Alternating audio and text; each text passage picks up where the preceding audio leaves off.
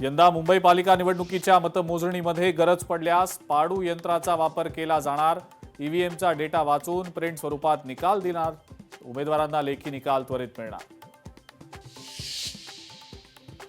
पाडू यंत्राबाबत आम्हाला सांगावंसं देखील वाटलं नाही का?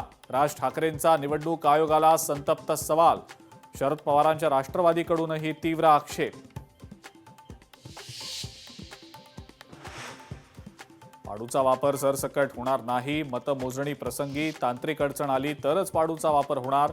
विरोधकांच्या आक्षेपानंतर राज्य निवडणूक आयोगाचं स्पष्टीकरण।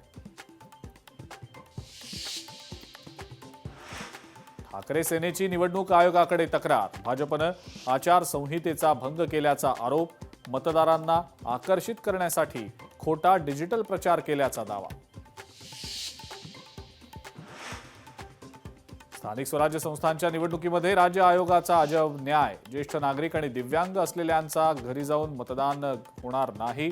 नियमावलीमुळे ज्येष्ठ नागरिक मतदानापासून वंचित राहणार।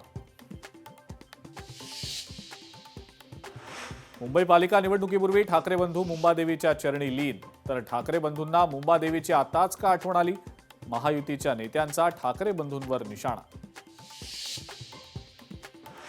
अविनाश जाधव यांची बिनविरोध निवडणुकीसंदर्भातली याचिका हायकोर्टानं फेटाळली।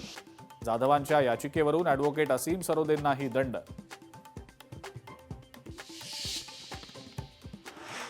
पुण्यातील प्रभाग 40 मध्ये मतदारांना चांदीच्या वाट्या वाटल्याचा आरोप।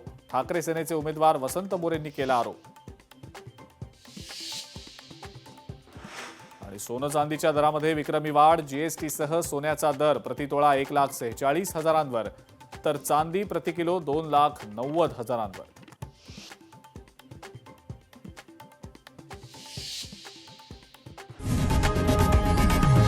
लोकशाही मराठी ऐका, पहा, जागरूक रहा।